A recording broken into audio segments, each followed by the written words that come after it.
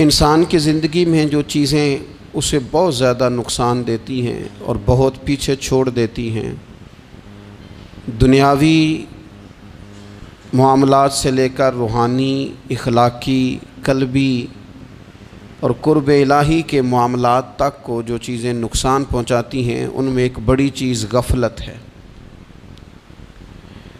ایک لفظ ہوتا ہے جو ہمیں اکثر سننے کو ملتا ہے کہ آپ کی توجہ نہیں ہے۔ یہ ڈھیر سارے لوگوں کا مطالبہ ہوتا ہے، اہل خانہ بھی مطالبہ کرتے ہیں، کئی موقع پر والدین بھی مطالبہ کرتے ہیں، غرباء بھی مطالبہ کرتے ہیں کہ امیروں کی ہماری طرف توجہ نہیں ہے۔ اور یہ بڑی لازمی سی بات ہے کہ کسی چیز پر جب توجہ رہتی ہے تو وہ چیز بہتر ہو جاتی ہے، اور جب عدم توجہی کا لوگ مظاہرہ کرتے ہیں تو وہ معاملہ خراب ہو جاتا ہے۔ یہ جو عدم توجہ ہے اسی کو غفلت کہتے ہیں، اور جب انسان کے مزاج پر غفلت طاری ہوتی ہے اور غفلت اس پر پوری طرح غلبہ کر لیتی ہے تو پھر اس کی زرخیز زمین کو وہ بنجر کرتی ہے۔ غفلت انسانی دل کے لیے بڑی نقصان دہ چیز ہے اور انتہائی تکلیف اور ضرر کا باعث ہے۔ دلوں پر جو قحط نازل ہوتا ہے، قحط، ویران ہو جاتے ہیں دل، اور جو دلوں پر خشکی نازل ہوتی ہے کہ طبیعتیں خشک ہو جاتی ہیں، یہ غفلت کی وجہ سے ہوتی ہے۔ جو لوگ غافل ہو جاتے ہیں نا، اپنے معاملات کا دھیان نہیں رکھتے، دیکھیں نا، آپ کو کھانا کھاتے بھی غافل نہیں ہونا چاہیے۔ اگر کھانا بھی غیر معتدل کھا لیا جائے تو وہ انسان کی طبیعت کے لیے باعث ضرر بن جاتا ہے، نقصان کا باعث بنتا ہے۔ بات کرتے ہوئے بھی غافل نہیں ہونا چاہیے، کئی دفعہ جملے ایسے نکل جاتے ہیں جو انسان کے لیے پھر شرمندگی کا باعث بنتے ہیں۔ انسان کو غافل ہو کر کوئی کام نہیں کرنا چاہیے، غافل ہو کر، مدہوش اور بے ہوش ہو کر نہیں۔ غفلت دل کو ویران کرتی ہے، طبیعت میں خشکی لاتی ہے۔ غافل کبھی نہ بنے۔ قرآن مجید فرقان حمید نے ارشاد فرمایا کہ اقترب للناس حسابہم، فرمایا لوگوں کے حساب کا وقت قریب آ گیا، وہم فی غفلۃ معرضون، اور وہ ابھی بھی غفلت میں منہ پھیرے ہوئے ہیں۔ ٹائم آ گیا حساب دینے کا، لیکن وہ ابھی بھی غافل ہیں۔ ہمارے جو زیادہ تر نقصان زندگی میں ہوئے ہیں وہ صرف ہماری غفلت کی وجہ سے ہوئے۔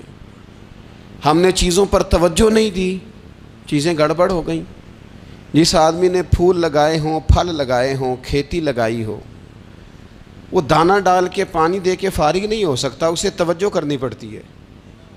اور کسی نے کہا تھا مالی جیندے ہون تو پھر بوٹے سکدے نہیں، اگر موجود ہونا ان کو سینچنے والا، رکھوالی کرنے والا، تو پھر ان کی جڑیں کبھی خشک نہیں ہوا کرتی۔ ہماری جو غفلتیں ہیں یہ بڑی ضرر کا باعث ہیں، نقصان کا باعث، اور مجبوری معاف ہوتی ہے، غفلت معاف نہیں ہوتی۔ اسکول میں پڑھتے تھے، مدرسے میں پڑھتے تھے، تو ایک مجبوری ہو گئی جی، خدا نخواستہ گھر میں کوئی پریشانی ہو گئی تو اساتذہ اس پر سزا نہیں دیتے۔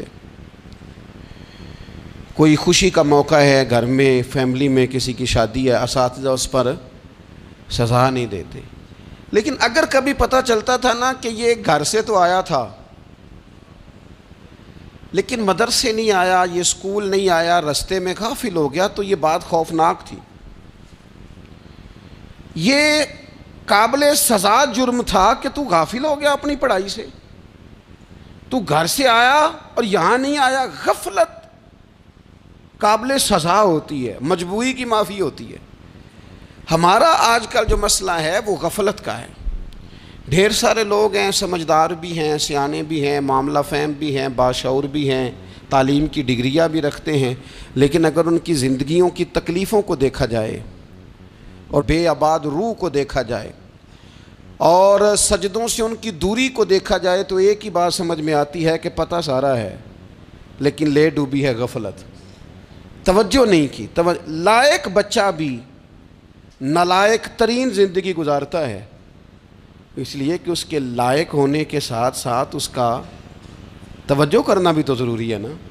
نرے لائق کا کیا فائدہ اگر وہ محنتی نہیں، اگر وہ توجہ ہی نہیں کرتا، اپنا سبق دھیان سے سنتا پڑھتا ہی نہیں، تو بھی جتنا مرضی لائق ہو پیچھے رہ جائے گا۔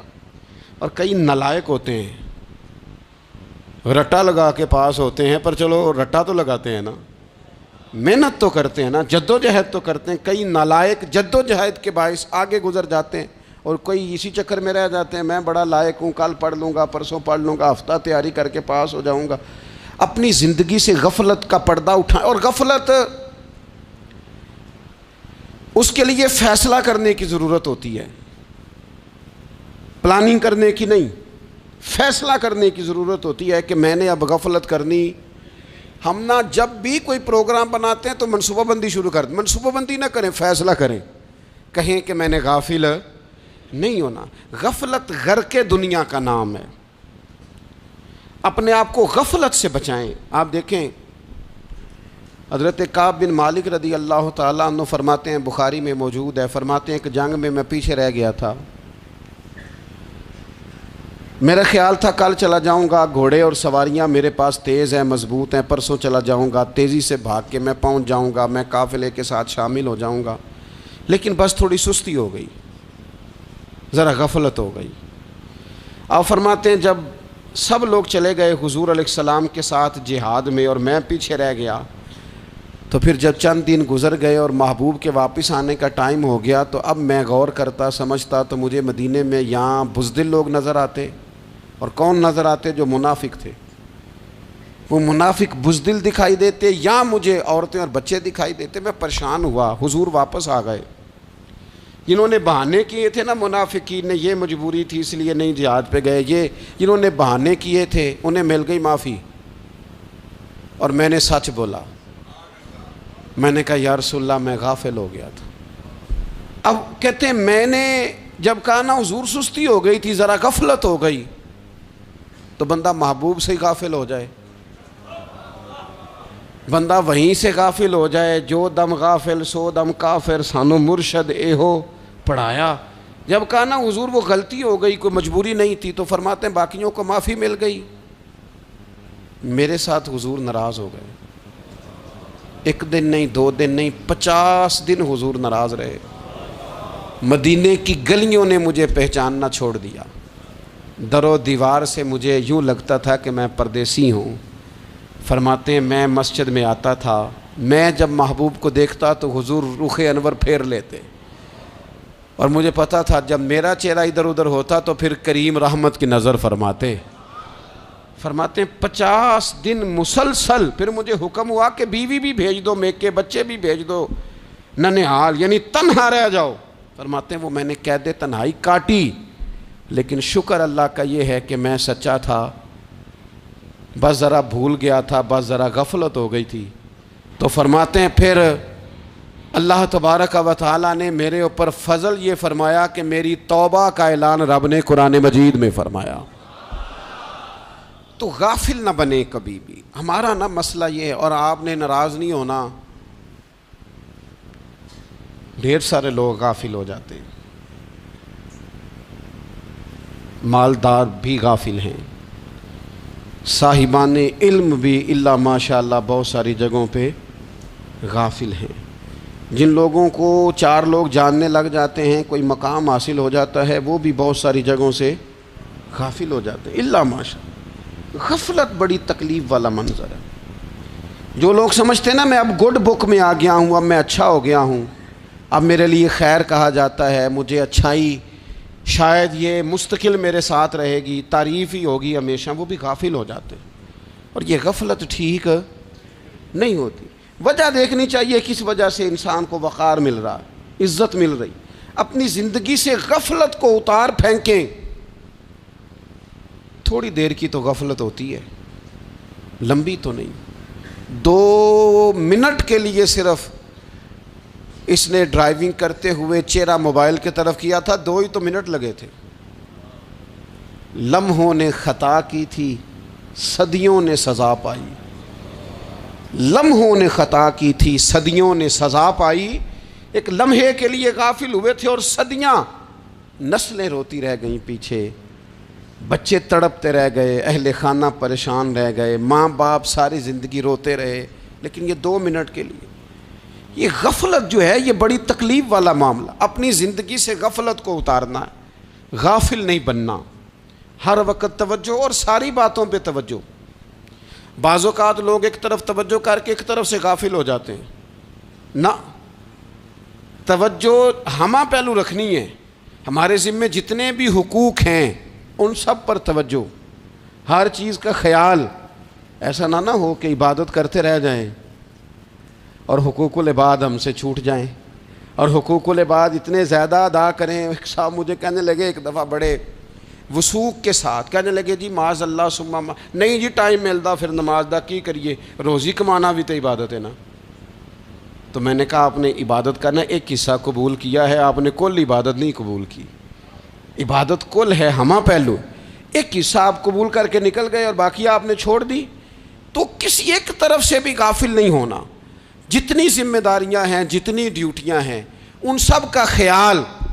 اور جو بڑا آدمی ہوتا ہے، بڑا گھر میں بڑا ہو، قبیلے میں بڑا ہو، علاقے میں بڑا ہو، ادارے میں بڑا ہو، کلاس میں بڑا ہو، جو بڑا ہے اس کی تو ساری آنکھیں کھلی ہوئی ہونی چاہیے.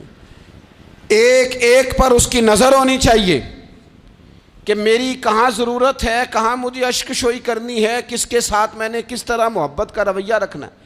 غافل نہ بنے. اچھا جی اب کیسے پتہ چلے گا کہ ہم غافل ہیں؟ یہ کیسے پتہ چلے گا؟ آپ کسی بندے سے بھی پوچھ لیں حالات کیا ہیں تو کہتا ہے اللہ کا شکر ہے کبھی کسی کا دل نہیں دکھایا، اللہ کا شکر ہے جی زمانہ ہو گیا 5 نمازیں پڑھتا ہوں، اللہ کا شکر ہے جی. کیسے پتہ چلے گا غافل ہیں؟ پہلی علامت ہمارے علماء اور صوفیاء نے غافل بندے کی لکھی ہے. اس آئینے میں نے اور آپ نے اپنا آپ دیکھنا ہے. غافل بندے کی پہلی علامت یہ ہوتی ہے کہ وہ دنیاوی کاموں میں چست ہوتا ہے اور اللہ اور اس کے رسول کی فرما برداری میں سست ہوتا ہے. یعنی نماز کے وقت تو اسے نیند ستاتی ہے، پریشانی ہوتی ہے، لیکن اگر کسی جگہ مال مل رہا ہو، پیسے مل رہے ہوں، وہاں جانا ہو تو پھر اسے کوئی چیز بھی تنگ نہیں کر. دنیاوی کاموں میں چست ہوگا، یعنی ٹی وی کے آگے، موبائل کے آگے وہ گھنٹوں بیٹھا ہوا ہے. اور اگر اسے 25 منٹ قرآن پاک سننا پڑ جائے، اگر اسے 20 منٹ دینی محفل میں بیٹھنا پڑ جائے، اگر اسے کہا جائے کہ تو 20 رکعت نماز نفل ادا کر، دنیاوی کاموں میں چست ہے، دینی کاموں میں، یہ غفلت کی پہلی علامت. پھر ذاتی معاملات پہ پیسہ خرچ کرنا ہو تو ڈھیر سارا ہے، کسی غریب کی مدد کرنی ہو تو. وہ ہمارے ایک دوست ہیں، وہ اکثر کہا کرتے ہیں، وہ کہتے ہیں آج کل کسی سے کہنا فلائی کام میں، دینی کام میں، کسی کی مدد میں کچھ 4 پیسے خرچ کرنے ہیں تو لوگ کہتے ہیں ہاتھ تنگ ہے. ہاں کوئی سستا پلاٹ ملتا ہو نا، اور اگر یہ سمجھ آ جائے کہ وہ مجبور ہے بیچارہ بیچنے والا، تو پھر کہتے ہیں میں 2-3 دوستوں کو پھاڑ لے سن.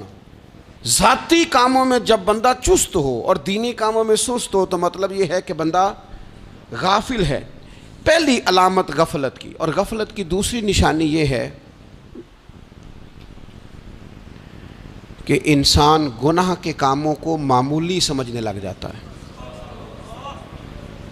یہ غافل بندے کی نشانی ہے. گناہ کو معمولی سمجھتا ہے، چھوٹا سمجھتا ہے. آج کل لوگ کہتے نہیں میں کو اکیلا کر رہا ہوں، ساری دنیا ہی کرتی ہے. اور جناب کیا ہو گیا اگر یہ غلطی ہو گئی تو بندے سے ہو ہی جاتا ہے. گناہ کو معمولی سمجھنا، چھوٹا سمجھنا اور کہنا پھر کیا ہو گیا ہے، انسان سے غلطی ہو جاتی ہے. آپ دیکھ لیں کہ سینکڑوں بیسیوں گناہوں کا بوجھ ہمارے سروں پہ ہوتا ہے، لیکن کوئی ہمارا دبدبہ ہے، کوئی ہماری گفتگو ہے، کوئی ہمارے جملوں میں خود پسندی ہے، کوئی ریاکاری ہے، کوئی تصنع ہے. یہ غافل بندے کی علامت ہے. نبی اکرم صلی اللہ تعالیٰ علیہ وآلہ وسلم نے فرمایا مومن اپنے گناہوں کو پہاڑ کی طرح سمجھتا ہے. یہ بخاری میں حدیث ہے. مومن پہاڑ کی طرح جانتا ہے اور وہ ڈرتا ہے کہ کہیں وہ پہاڑ اس کے اوپر گر نہ جائے، یعنی کہیں مجھے میرے گناہ کی سزا نہ مل جائے. چھوٹے گناہ کو بھی پہاڑ جانتا ہے، یار مجھ سے غلطی ہو گئی، مجھے ٹھیک کر لینی چاہیے، مجھے معافی لے لینی چاہیے، مجھے توبہ کر لینی چاہیے. مومن اپنے اوپر گناہ کو پہاڑ کی جانب سمجھتا ہے. اور حضور علیہ الصلوۃ والسلام فرماتے ہیں کہ یہ جو فاسق اور فاجر ہوتا ہے نا، اللہ کا نافرمان، یہ گناہ کو مکھی کی طرح سمجھتا ہے، یہ سمجھتا ہے میں نے اشارہ کرنا ہے مکھی نے اڑ جانا ہے۔ مومن کی علامت یہ ہے کہ وہ پہاڑ جانتا ہے اگر غلطی ہو جائے تو پہاڑ۔ امام اعظم ابو حنیفہ رحمۃ اللہ علیہ گزر رہے تھے تو بارش ہو گئی تھی اور کوفہ میں کیچڑ تھا، تو آپ نے جو جوتے پہنے ہوئے تھے ان جوتوں سے چلتے ہوئے نا آپ کے پاؤں سے کچھ مٹی اڑی، تو سامنے ایک یہودی تھا، اب اس زمانے میں دیواریں کچی ہوتی تھیں، اس کے دیوار پر جا کے وہ مٹی جو تھی وہ لگ گئی۔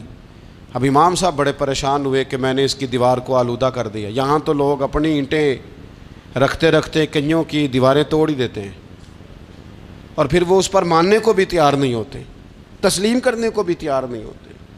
وہ کہتے ہیں پھر کیا ہو گیا، اب ہمارا یہاں گھر ہے تو ہم نے ٹرالی منگوانی نہیں تھی، ہمارا حق بنتا تھا۔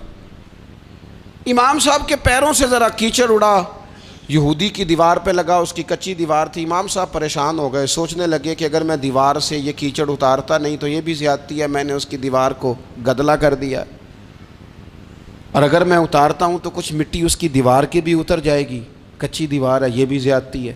مومن گناہ کو پہاڑ کی طرح سمجھتا ہے کہ کہیں گر نہ جائے، اس کی بھی کہیں سزا نہ مل جائے۔ امام صاحب نے اس کے دروازے پہ دستک دی، وہ باہر آیا تو اتفاق سے وہ آپ کا مقروض بھی تھا، اس نے پیسے دینے تھے۔ باہر نکلتے ہی کہنے لگا اوہ آپ تو قرض لینے آ گئے، میرے پاس تو ابھی گنجائش نہیں ادا کرنے کی۔ تو امام صاحب کہنے لگے تو قرض چھوڑ، وہ میں نے معاف کیا، میرے سے غلطی ہو گئی ہے، میں آ رہا تھا، لکڑی کے جوتے اس زمانے میں کھڑاؤں لوگوں نے پہنے ہوتے تھے، کہا وہ میرے پیروں سے ذرا کیچڑ اڑا ہے، تیری دیوار پہ لگ گیا ہے۔ اب میں بڑی دیر سے کھڑا سوچ رہا ہوں کہ اگر میں تیری دیوار صاف نہ کروں تو میں نے یہ میلی کر دی، گدلی کر دی، یہ بھی بات درست نہیں ہے، زیادتی، اور اگر میں اسے صاف کرتا ہوں کچی دیوار سے کچھ مٹی اتر جائے گی تو یہ بھی زیادتی ہے، اب تو بتا میں کیا کروں۔ تو بے موسمہ پھل تھا نا یہ، تو بے موسمہ پھل دیکھ کے بندہ حیران ہو جاتا ہے، جو باتیں روٹین میں نہ ہو رہی ہوں وہ ذرا انوکھی لگتی ہے، بندہ حیران ہو گیا، غور سے امام صاحب کا چہرہ دیکھنے لگا، غور سے چہرہ دیکھنے لگا، اور پھر تھوڑی دیر سوچنے کے بعد کہنے لگا حضور پہلے میں نے دین اسلام کے بارے میں پڑھا اور سنا تھا، آج میں نے دین دیکھا ہے۔ پہلے میں نے سنا تھا کہ دین اسلام اس طرح کا ہے، آج میں نے دین ہم نہ پوری دنیا کے کافروں کو دین سنانا چاہتے ہیں، دکھانا نہیں چاہتے، ہم نیک نظر آنا چاہتے ہیں، نیک بننا نہیں چاہتے، ہم نیک نظر آنا چاہتے۔ نتیجہ کیا نکلتا ہے کہ کچھ عرصے کے بعد پتہ چل جاتا ہے بندہ کس لیول کا نیک ہے، کیا معیار ہے اس کی نیکیوں کا۔ کہنے لگا حضور پہلے میں نے دین سنا تھا، آج دیکھا ہے۔ آپ وہ مٹی کی دیوار پر جو کیچڑ لگ گیا ہے، دیوار کو بعد میں صاف کیجئے گا، پہلے کلمہ پڑھائیں تاکہ میرے اندر کا کفر صاف ہو جائے، مجھے مسلمان کر دیں۔ تو غافل آدمی جو ہوتا ہے نا، وہ پھر تیسری بات، جب بندہ بہت زیادہ غافل ہو جاتا ہے پھر اعلانیہ گناہ کرنے لگتا ہے۔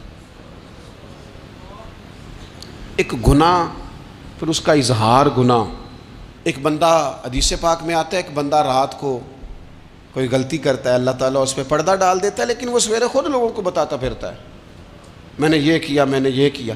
جب آپ اظہار گناہ کرتے ہیں نا تو سامنے والا بھی دلیر ہوتا ہے، کہتا ہے اس نے کیا میں کر لوں گا تو پھر کیا ہوا۔ ہمارے علماء نے لکھا ہے کسی کی نماز قضا ہو جائے تو کسی کو بتائے نہ، قضا پڑھ ڈالے، اس کا جگہ جگہ ذکر نہ کرے۔ جب آپ کہیں گے نا میری قضا ہو گئی تو آپ کے ساتھ رہنے والا بچہ دوست سمجھے گا یار اس کی قضا ہو گئی ہے تو میری بھی ہو جائے گی تو کیا ہوا۔ گناہ کرنا بھی گناہ ہے اور گناہ کا اظہار بھی گناہ ہے۔ نبی اکرم صلی اللہ تعالیٰ علیہ وآلہ وسلم نے ارشاد فرمایا میری ساری امت کو معافی مل جائے گی سوائے ان لوگوں کے جو اعلانیہ گناہ کرتے ہیں۔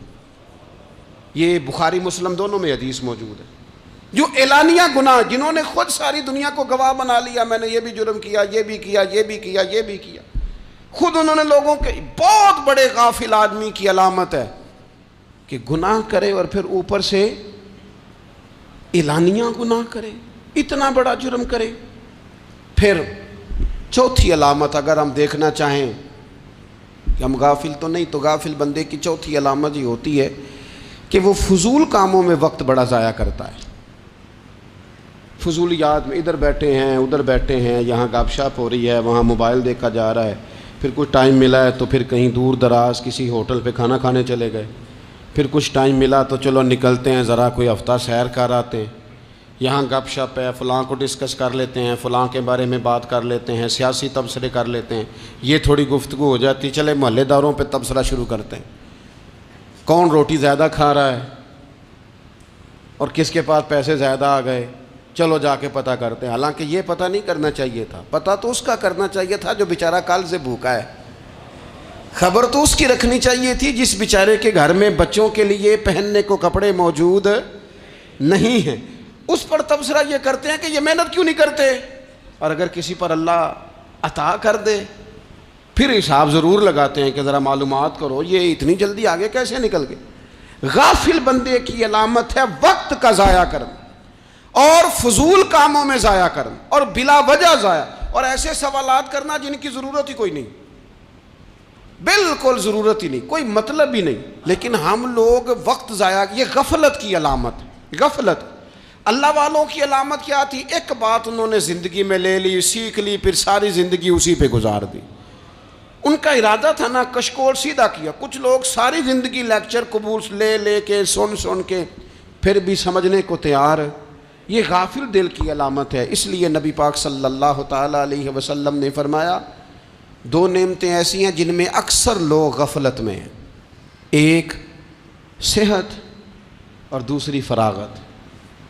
لوگ بلا وجہ وقت ضائع کرتے ہیں. اللہ نے صحت دی ہے, کسی خیر کے کام میں لگائیں.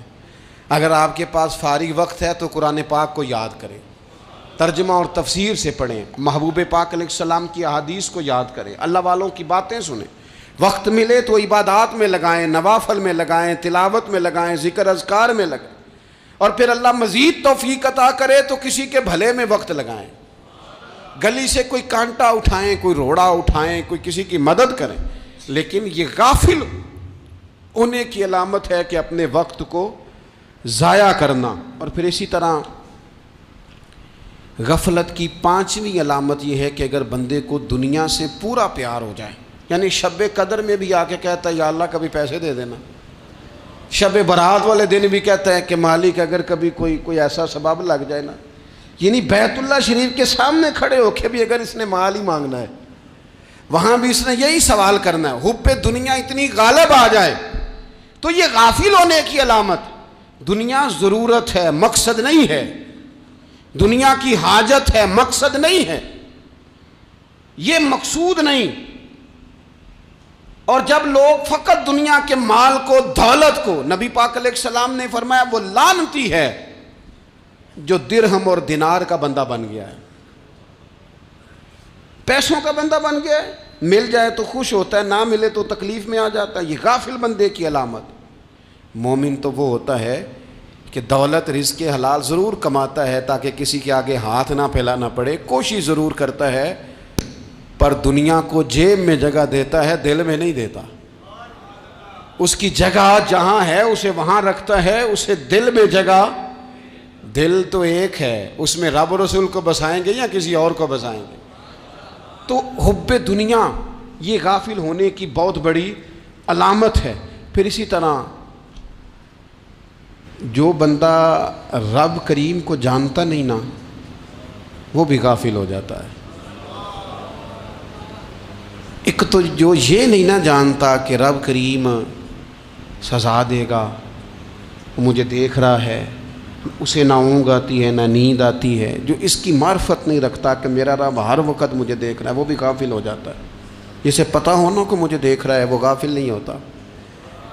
اور جو یہ سمجھ لیتا ہے نا کہ شاید معاذ اللہ ثم اس یقین کو پکا نہیں کرتا, وہ غافل ہو جاتا ہے. اور ایک جو یہ نہیں نہ جانتا کہ رب مہربان کتنا ہے وہ بھی غافل ہو جاتا ہے.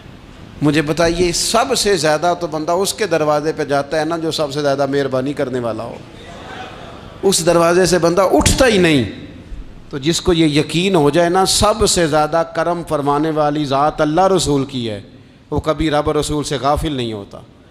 وہ کبھی اللہ رسول کا دروازہ چھوڑ کے نہیں جاتا، وہ کبھی کسی اور جگہ جا کے پناہ تلاش نہیں کرتا۔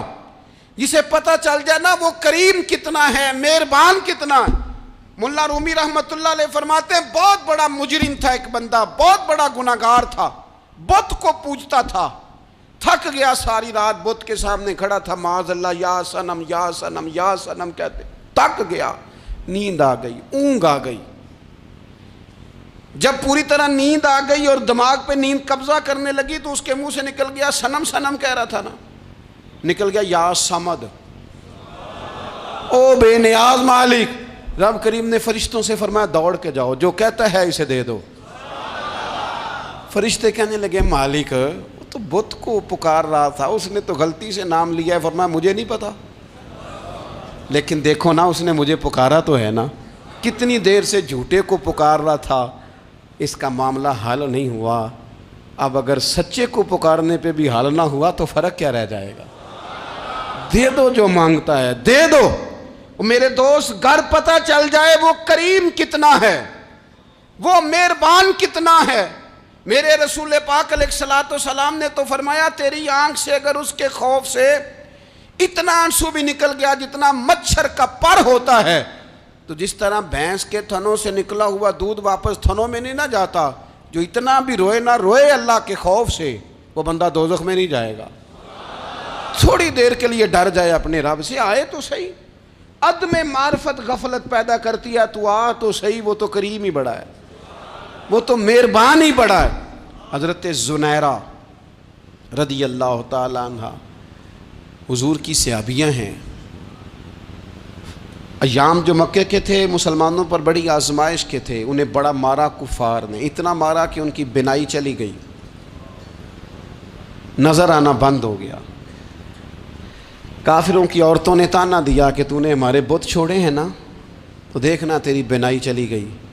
تو جناب زنیرہ اللہ پہ بھروسہ، توکل، معرفت الہی کا جذبہ، اٹھ کے کھڑی ہو کہنے لگی چپ کرو، تمہارے جھوٹے بت کیا کر سکتے ہیں، میرا رب چاہے تو صبح جب میں اٹھوں تو میری آنکھیں روشن ہو، اگر کریم کرم کر دے۔ لوگ کہتے ہیں واقعی ایسا ہوا، جب وہ سویرے اٹھیں تو اللہ نے ان کی روشنی واپس کر دی تھی۔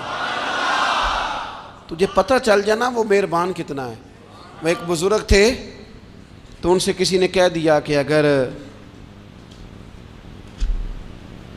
آپ کا حساب آپ کے ماں باپ کے ذمہ ہو جائے تو پھر کیسا، پوچھنے کے لیے قیامت میں اگر ماں باپ حساب لیں تو پھر کیسا۔ تو بڑے سیانے لوگ تھے جو دل والے تھے، کہنے لگے نہیں، رب کریم ہی ٹھیک ہے، اس لیے کہ وہ ماں باپ سے کہیں بڑھ کر پیار کرنے والا ہے۔ اگر یہ معرفت مل جائے وہ کریم کتنا ہے۔ اور جب بندہ پوری طرح اس کی بارگاہ میں آ کے تڑپ جاتا ہے نا، مولا میں جاؤں کدھر، تیرا دروازہ چھوڑ کے جاؤں کدھر۔ اقبال کہتے ہیں وہ ایک سجدہ جسے تو گراں سمجھتا ہے، 1000 سجدوں سے دیتا ہے آدمی کو نجات۔ تجھے جگہ جگہ جھکنا نہیں پڑے گا اگر تو صحیح معنوں میں اپنے رب کی بارگاہ میں جھک جائے۔ تو میرے عزیز کوشش کریں کہ اس کی معرفت، اس کا کرم، اس کی عطا اور اللہ تبارک و تعالیٰ کے حاضر و ناظر ہونے پر عین الیقین، حق الیقین حاصل کریں۔ اور پھر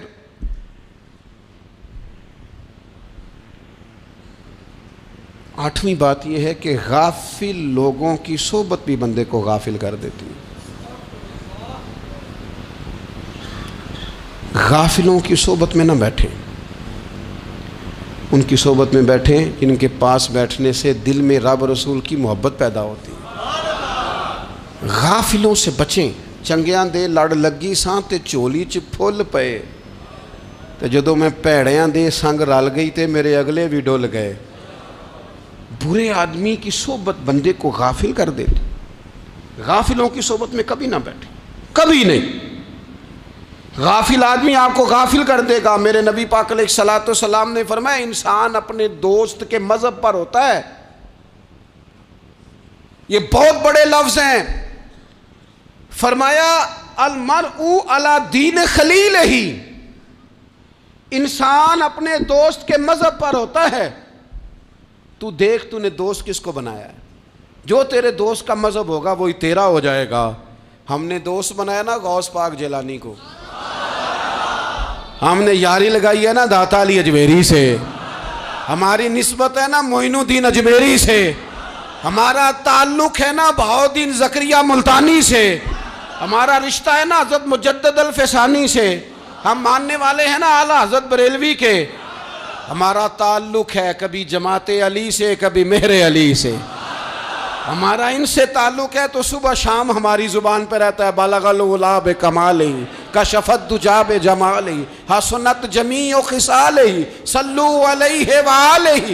ان سے تعلق جڑا ہے نا تو کئی دفعہ تنہائیاں تڑپا دیتی ہیں اور تڑپ کے کہتے ہیں آج سکھ متران دی ودھیری ہے، آج سکھ متران دی، سکھ کہتے ہیں اڈیق کو، متر کہتے ہیں محبوب کو، اج سکھ متران دی ودھیری ہے، اے کیوں دلڑی اداس گھنیری ہے، لوں لوں وچ شوق چنگیری ہے، اج نینا لائیاں کیوں جھڑیاں، سبحان اللہ سبحان اللہ سبحان اللہ۔ پہلے کہتے ہیں سکھ متران دی ودھیری ہے یعنی اداس ہوں، پھر حضور کے جلووں پہ نظر کرتے ہیں، کہتے ہیں سبحان اللہ سبحان اللہ، ماں اجمل کا ماں احسن کا ماں اکمل کا، اور پھر فوراً کہنے لگے او کتھے مہر علی، او کتھے مہر علی، کتھے مہر علی تے کتھے تیری سنا، اب ویکھو مشتاق اکھیں کتھے جاڑیاں، بلغ العلا بے کمال کشف الدجی بے، اور میرے اعلیٰ حضرت کہنے لگے سرور کہوں کہ مالک و مولا کہوں، باغ خلیل کا گلے زیبا کہوں تجھے، تیرے تو وصف عیب تناہی سے ہیں بری، حیران ہوں میرے شاہ میں کیا کیا کہوں تجھے۔ غافل آدمی کی علامت ہے برے لوگوں کی صحبت میں، خبردار ان کے پاس نہ بیٹھنا جن کے پاس بیٹھنے سے تمہارے دلوں میں اولیاء اللہ اللہ کے بندوں کی عداوت پیدا ہو، خبردار خبردار ان کے پاس نہ بیٹھنا جن کے پاس بیٹھنے سے تمہارے دلوں میں حضور کی اولاد پاک کے بارے میں شک پیدا ہو، خبردار اس شخص کے پاس نہ بیٹھنا جو امام حسین ابن علی کے بارے میں کوئی کمزور بات کرتا ہو، بچنا، خبردار اس سے بچنا جو حضور کے صحابہ کے بارے میں بات کرے، بچنا بچنا اس سے، جو سیدنا ابو بکر صدیق کے بارے میں کوئی، دیکھو کیا مقدر ہیں صدیق و فاروق کے، جن کے گھر ہی رحمتوں کے خزینے میں، بھلا کیا کہا نبی پاک، حضور نے فرمایا میرے اوپر جس نے نیکی کی تھی بدلہ دے دیا ہے، یہ جو میرے ابو بکر صدیق ہے نا، ان کو میں اللہ کی بارگاہ میں لے جاؤں گا، کہوں گا مالک تو ہی بدلہ عطا فرما۔ ایک ہاتھ میں جناب صدیق کا ہاتھ پکڑا، ایک میں حضرت عمر کا ہاتھ پکڑا، اور حضور مسجد نبوی سے باہر آ رہے ہیں، دیکھنے والے کی زبان سے بے ساختہ سبحان اللہ نکل گیا، کیا شان ہے کیا مقدر ہے۔ تو حضور علیہ السلام رک گئے اور روک کے فرمایا تو حیران ہو رہا ہے نا، تو حیران ہو رہا ہے نا کہ میں نے ایک ہاتھ میں ابو بکر کو پکڑا ہے، ایک میں عمر کو پکڑا ہے، فرمایا قیامت میں جب میری قبر کھلے گی تو میں اسی طرح قبر سے نکلوں گا، اس طرح میدان محشر میں میں آؤں گا۔ خبردار حضور ایک وفاداروں کے وفادار رہنا، ان کے وفادار رہنا، ان کے وفادار رہنا بڑا عجیب دور آیا ہے۔ ہم نے یہ دور دیکھا ہے کہ لوگ حضور کے صحابہ کے بارے میں بھی بات کریں گے، اب نبی پاک کی اولاد پاک کے بارے کو بھی ڈسکس کیا جائے گا۔ اپنا منہ تو دیکھ، اپنی حیثیت دیکھ، اور پھر وہ بندے دیکھ جن کو اللہ نے چن کے اپنے محبوب کی غلامی کے لیے حضور کے قریب بٹھایا ہے۔ تو بچنا ایسے لوگوں سے، پرہیز کرنا، خبردار عقیدہ ستھرا رکھنا، عقیدہ ستھرا رکھنا، صاف رہنا، پاکیزہ رہنا، غافلوں کی صحبت سے بچنا۔ بڑا ڈرتے ہیں اللہ سے، دعائیں مانگتے ہیں یا اللہ نسلوں میں بھی وہی بندے پیدا فرما جو عقیدے پکے رکھنے والے ہیں، وہ بندے پیدا فرما ہماری نسلوں میں۔ ایک وہ بندہ بھی غافل ہو جاتا ہے جو امیدیں لمبی لگا لیتا ہے، جن کے منصوبوں میں دولت بھی ہوتی ہے، گھر بھی ہوتا ہے، اولاد کا بڑا ہونا بھی ہوتا ہے، پوتے پوتیاں نواسے نواسیاں دیکھنا بھی ہوتا ہے، یہاں بھی گھر وہاں بھی گھر، یہ سیر، یہ سارا کچھ ہوتا ہے، لیکن رب کی بارگاہ میں پیش ہونا جن کے پیش نظر نہیں ہوتا۔ لمبی امیدیں۔ حضرت مولا علی شیر خدا فرمایا کرتے تھے، میں تم پر دو باتوں کا خوف کھاتا ہوں، جو ڈر آتا ہے، ایک یہ کہ تم خواہش کی پیروی کرو گے، جو نفس کی خواہش ہوگی اس کے پیچھے لگ جاؤ گے، اور ایک کہ تم لمبی لمبی امیدیں باندھو گے، اتنے سال جینا ہے، اتنے 100 سال جینا، یہ کرنا ہے وہ کرنا ہے۔ منصوبہ بندی کریں مستقبل کے لیے، وہ بری نہیں، لیکن تیاری رکھیں، تیاری رکھیں، اس بات کا بھی خیال رکھیں کہ اللہ کی بارگاہ میں حاضر ہونا۔ یہ غفلت کی چیزیں ہیں جو بندے کو غافل کر دیتی ہیں۔ جو لوگ اللہ کا ذکر نہیں کرتے وہ بھی غافل ہو جاتے ہیں، اور جو فضول باتیں زیادہ کرتے ہیں نا، ہنستے زیادہ ہیں۔ فَلْيَضْحَكُوا قَلِيلًا وَلْيَبْكُوا كَثِيرًا، قرآن کہتا ہے زیادہ رویا کرو، کم ہنسا کرو۔ نبی پاک علیہ الصلوۃ والسلام سے پوچھا تھا حضرت عقبہ بن عامر نے کہ یا رسول اللہ نجات کس چیز میں ہے؟ تو نبی پاک علیہ الصلوۃ والسلام نے فرمایا ایک تو اپنی زبان قابو میں رکھو، دوسرا فرمایا اپنے گھر میں ٹھہرے رہو، تمہارا گھر تمہارے لیے کافی ہو، فضول نہ نکلو گھر سے، اور تیسرا فرمایا اپنی خطاؤں پہ رویا کرو۔ کثرت کلام اور فضول کلام اور بلا وجہ یہ بندے کو غافل کرتا ہے، دل کو سخت کرتا ہے۔ یہ چند چیزیں ہیں جو انسان کو غفلت میں ڈالتی ہیں۔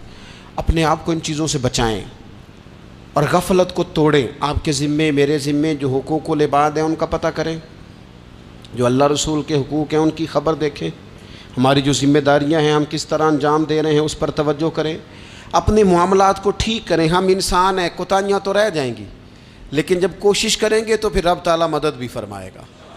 ایک بات اور کرنی ہے، ایک تو میں نے عرض کیا غفلت کو توڑنا، ایک دوسری بات قرآن مجید کا ایک سبق اور، جب غفلت توڑنی ہے تو پھر لازمی طور پر ایک کام کرنا پڑے گا۔ میں نے یہ عرض کیا تھا کہ پلاننگ نہیں کرنی، فیصلہ کرنا ہے۔ تو فیصلہ کرنا ہے تو کرنا کیا ہے؟ پھر قرآن حکیم نے سورہ بقرہ میں کہا فاستبقوا الخیرات،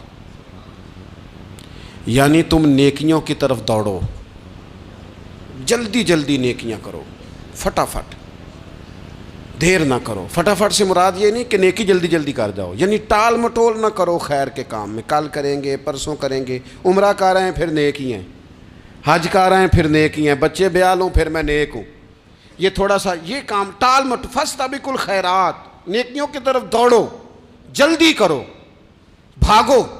نبی پاک صلی اللہ تعالیٰ علیہ وسلم نے فرمایا 5 چیزوں سے پہلے غنیمت جانو۔ حضور علیہ الصلوۃ والسلام فرمانے لگے ایک تو تم جوانی کو نہ بڑھاپا آنے سے پہلے پہلے غنیمت سمجھ لو۔ نبی کریم صلی اللہ تعالیٰ علیہ وآلہ وسلم ارشاد فرمانے لگے کہ اپنی صحت کو غنیمت جان لو، بیماری آنے سے پہلے پہلے۔ پھر حضور علیہ الصلوۃ والسلام فرمانے لگے اگر اللہ نے تمہیں مال دیا ہے، وسعت دی ہے، تو نیکی کر لو، خرچ کر لو اللہ کے راستے میں، خدا نہ خواستہ تم پر غریبی آ جائے۔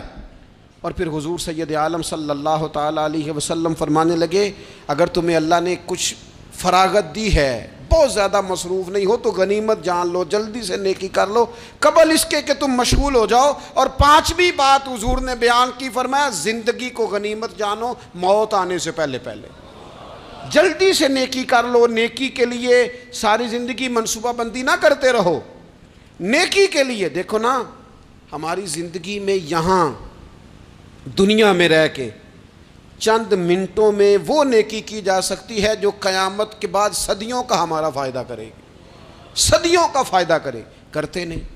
پلاننگ کر رہے ہیں، منصوبہ بندی کر رہے ہیں، بس تیاری کر رہے ہیں، بس حضرت آپ دعا کر دیں، اللہ تعالیٰ دعائیں بھی قبول فرمانے والا ہے، لیکن جو نیکی نصیب ہوتی ہے اسے جلدی سے کر گزریں، اسے فٹافٹ کریں۔ میں ایک گاؤں میں گیا، اب تو خیر وہ دور نہیں رہا، یہ 10-15 سال 20 سال پہلے نا جو نوجوانوں کی مصروفیات ہوتی تھیں ان میں سے ایک مصروفیت یہ ہوتی تھی کہ گندم لے کے چکی پہ جانا ہے، آٹا پسوا کے لانا ہے۔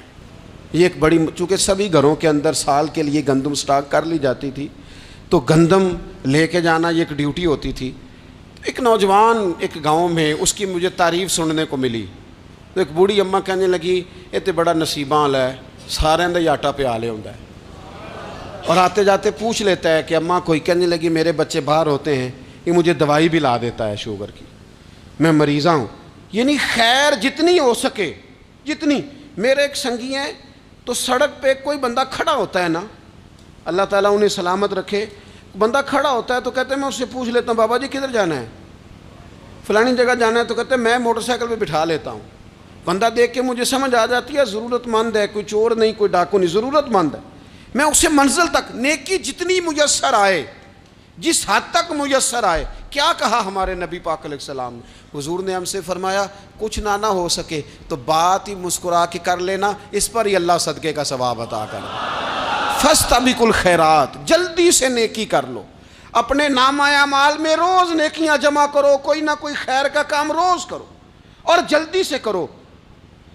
صحیح مسلم میں حدیث ہے، نبی پاک صلی اللہ تعالیٰ علیہ وسلم فرمانے لگے جلدی جلدی نیکی کے کام کر لو ان فتنوں سے پہلے جو اندھیری رات کے حصوں کی طرح فتنے ہوں گے۔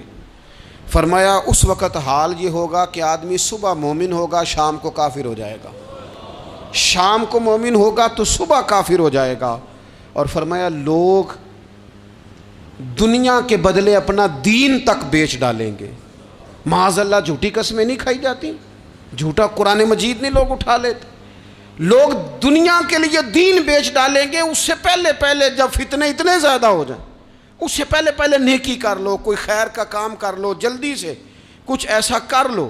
حضرت عقبہ بن حارث رضی اللہ تعالیٰ عنہ فرماتے ہیں یہ دیکھیں ہمارے نبی پاک علیہ السلام کی سیرت کیا ہے، حضور کا اسوہ کیا ہے، نبی پاک علیہ السلام ہماری تربیت کس طرح کرتے ہیں۔ حضرت عقبہ بن حارث رضی اللہ تعالیٰ عنہ کہتے ہیں ہم نے نبی پاک علیہ السلام کے ساتھ عصر کی نماز پڑھی، یہ صحیح بخاری میں موجود ہے۔ فرماتے حضور سلام پھیرتے ہی فوراً اٹھ کے گھر تشریف لے گئے۔ یہ ہمارے لیے انوکھی بات تھی، غیر متوقع تھی، پہلے کبھی ایسا ہوا نہیں۔ سلام پھیرا نماز کا، حضور جلدی سے تشریف لے گئے۔ اب ہم حیران تھے اور حیرت انگیز طور پر حیران تھے کہ کریم اتنی جلدی تشریف لے گئے۔ تھوڑی دیر ہوئی حضور واپس آ گئے تو محبوب پاک علیہ السلام فرمانے لگے گھر میں ایک چھوٹی سی ڈلی، ایک چھوٹا سا ٹکڑا سونے کا پڑا تھا، مال آیا تھا سارا صدقہ کر دیا، وہ تھوڑا سا پڑا تھا، اچانک مجھے یاد آیا وہ تو پڑا رہ گیا۔ تو حضور فرمانے لگے میں نے کہا کہیں ایسا نہ ہو جائے کہ ساری رات گزر جائے اور میرے گھر میں پڑا ہی رہ جائے، میں جلدی سے جا کے اسے خیرات کر دوں۔ میں نے خیرات کیا پھر میں واپس آ گیا ہوں۔ جلدی سے نیکی، جلدی سے نیکی کر لی جائے۔ ہم بڑا انتظار کر رہے ہیں، بڑا لمبا ہمارا پروگرام ہے، ہمارے پاس ٹائم ہی بڑا ہے، کسی نے کان میں کہہ دیا ہے تیرے پاس بڑا وقت ہے، ابھی تو بڑی عمر پڑی ہے، ابھی تو جناب او میرے بھائی یہ لوگوں کے کہنے کی باتیں ہیں، پھر پتہ ہی نہیں چلتا حالات کس طرح کے ہو جاتے ہیں اور کیا معاملات انسان کے ساتھ درپیش ہوتے ہیں۔ جتنی خیر میسر آئے، جتنا بھلا میسر آئے، جتنی انسان کو توفیق ملے۔ میں نے بزرگوں کو دیکھا، اپنے اصحاب کو،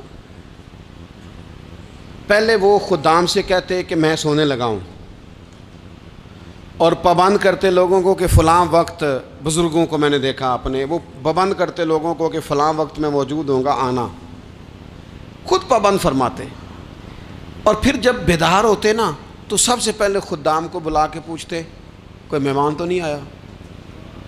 وہ جناب آپ نے خود ہی تو پابند فرمایا فلاں دن آنا۔ کہنے لگے چل یار اگر کوئی آیا تو مجھے ملا لو، میری ملاقات کرا لو۔ کیوں؟ اس لیے کہ دور سے آیا ہے، مجھ سے ملنے آیا ہے، کوئی خیر کی بات سیکھنے آیا، چلو میرے نامہ اعمال میں کوئی نیکی جائے گی، کچھ نہ کچھ خیر جمع کر لی جائے، کچھ نہ کچھ ڈیوٹی کر لی جائے، کچھ کام کریں اور جلدی سے کریں۔ حضرت جابر ابن عبداللہ انصاری رضی اللہ تعالیٰ عنہ بیان کرتے ہیں، یہ بھی بخاری میں موجود ہے، کہتے ہیں ایک صحابی نبی پاک علیہ السلام کی بارگاہ میں حاضر ہوئے غزوہ احد کے موقع پر، اور حال ان کا یہ تھا کہ وہ کھجور کھا رہے تھے اور کھجور انہوں نے منہ میں رکھی ہوئی تھی۔ حضور کی بارگاہ میں حاضر ہوئے اور عرض کرنے لگے یا رسول اللہ صلی اللہ تعالیٰ علیہ وسلم اگر میں شہید کر دیا جاؤں تو کہاں جاؤں گا؟ حضور فرمانے لگے جنت میں۔ تو کہتے انہوں نے جو کھجور منہ کے اندر تھی وہ انہوں نے نگلی نہیں، اندر نہیں لے گئے، اس کو باہر نکالا اور دوڑ کے آگے بڑھے اور جنگ کرنی شروع کر دی۔ اور لڑتے لڑتے شہید ہو گئے۔ کیا سبق دیا انہوں نے؟ سبق یہ دیا کہ نیکی کرنے میں اتنی دیر بھی نہیں کرنی جتنی کھجور کھانے میں دیر لگتی ہے۔ جلدی سے نیکی کرنی ہے، فٹافٹ نیکی کرنی، اس کے اندر ٹال مٹول نہیں کرنا۔ اسی وقت انہوں نے کھجور باہر نکال دی، دوڑ کے انہوں نے حضرت انس بن نضر رضی اللہ تعالیٰ عنہ، حضرت انس بن مالک رضی اللہ تعالیٰ عنہ کے چچا ہیں، میدان احد میں نا، احد پہاڑ کے قریب کھڑے تھے، لوگوں سے کہہ رہے تھے جلدی جلدی ادھر آؤ، وہ جنت جو انسان کو انتقال کے بعد نصیب ہوگی اور قیامت کے بعد نصیب ہوگی، فرماتے تھے مجھے تو ابھی احد پہاڑ کے اندر سے جنت کی خوشبو آ بھی رہی ہے، لہذا جلدی سے آؤ، ادھر دوڑو، جہاد کرو، آؤ کفار سے لڑیں۔ تو نیکی میں دیر نہیں کرنی، جو نیکی میسر آتی ہے، جس کو میسر، ماں باپ میسر ہیں تو خدمت کر لیں، اہل خانہ ہیں تو حسن سلوک کر لیں، اللہ نے اولاد دی ہے تو اچھی تربیت کر لیں، دوست ہیں تو خیر خواہی کر لیں، اگر آپ کو اللہ رمضان عطا کرتا ہے تو زیادہ سے زیادہ اس کی عبادت کر لیں، اگر نظر ٹھیک ہے تو تلاوت زیادہ سے زیادہ کر لیں، زبان چلتی ہے تو رج رج کے مدینے والے محبوب پہ درود و سلام پڑھ لیں، اللہ تعالیٰ کا ذکر کر لیں، جلدی سے خیر جمع کریں، اپنے وقت کو ضائع نہ کریں۔ یہ آج کا سبق ہے کہ ایک تو ہم نے فیصلہ کرنا ہے کہ بس غفلت نہیں، اب غفلت، اب انشاءاللہ اللہ اللہ کرنی ہے، اب کوئی خیر کا کام کرنا ہے۔ میرے حضرت کا ایک جملہ کبھی نہیں بھولنا، فرمایا کرتے تھے زمین کے اوپر کام، نیچے جا کے آرام، یہ چھوڑ دیں اتنے گھنٹے سونا ہے تو یہ کرنا ہے تو میری نیند میں دخل کوئی نہ ڈالے، پھر سوتے ہی رہ جائیں گے، سوتے ہی رہ جائیں گے۔ زمین کے اوپر کام اور نیچے جا کے جاگنا ہے، جاگ لے افلاک کے سائے تلے، پھر حشر تک سوتا رہے گا خاک کے سائے تلے۔ اب جاگ لے افلاک کے سائے کے نیچے، جاگ، کھول آنکھیں، ہر وقت کا سونا، ہر وقت سونا، ہر وقت جو اپنے آرام کی فکر کرنا، اس سے نکل آئیں اور اچھا کھانا اور اچھا پہننا اور بس اپنی مرضی کی زندگی من چاہی جینا، اس سے باہر آئیں، فیصلہ کریں، فیصلہ کہ اب غفلت نہیں کرنی، اگر اللہ نے کوئی صلاحیت دی ہے تو اسے دین کے کام پہ لگانا ہے، کوئی ڈیوٹی کرنی ہے، کوئی خدمت کرنی ہے۔ دیکھو خدمتیں ہو رہی ہیں، صدیق اکبر مال دے رہے ہیں، عثمان غنی مال دے رہے ہیں، مولا علی نے تلوار پکڑی ہے، میدان میں جا رہے ہیں، فاروق اعظم گلی گلی نگر نگر رسول اللہ کے دین کی پہرے داری کر رہے ہیں، حضرت جناب سیدنا سلمان فارسی ابو ذر غفاری حضور کی مسجد میں جھاڑو دے رہے ہیں، اور بلال حبشی وہ نبی پاک کی مسجد میں اذان پڑھتے پڑھتے رب نے اتنا عروج فرمایا کہ کعبے کی چھت پہ کھڑے ہو کے بھی اذان پڑھنی شروع، انہوں نے اذان دے دی۔ تو کوئی کام کرنا ہے، غفلت کو توڑنا ہے اور نیکی کرنی ہے، ذرا جلدی جلدی خیر کا کام کرنا ہے، نہیں ایسے نہیں، فٹافٹ، کیسے جی؟ فٹافٹ، تو فٹافٹ کام کریں خیر کا، جلدی جلدی، تو یہ خیر کا کام فٹافٹ، جلدی جلدی اور بڑی جلدی اور دوڑ دھوپ کے، اور جب آپ کرتے جائیں گے نا تو پھر اللہ تعالیٰ مواقع بناتا جائے گا۔